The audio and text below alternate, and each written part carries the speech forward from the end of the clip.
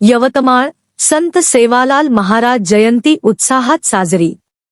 यवतमाळमध्ये बंजारा समाजाचे आराध्य दैवत जगतगुरू संत श्री सेवालाल महाराज यांची जयंती मोठ्या उत्साहात साजरी करण्यात आली। 15 फेब्रुवारी रोजी आयोजित या सोहळ्यात विविध क्षेत्रांतील मान्यवरांनी आपली उपस्थिती दर्शवली। यावेळी माजी मंत्री मदन येरावार, प्रसिद्ध अस्थिरोग तज्ज्ञ डॉक्टर महेश चव्हाण, डॉक्टर नीताताई चव्हाण आणि पृथ्वीराज चव्हाण प्रामुख्याने उपस्थित होते।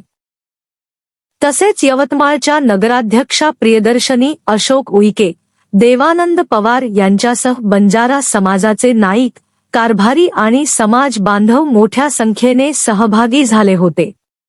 भक्तिमय वातावरणात पार पडलेल्या या सोहळ्याचे वार्तांकन सनातन सारथी न्यूज साठी प्रतिनिधी सुरज सुधाकरराव पवार यांनी केले।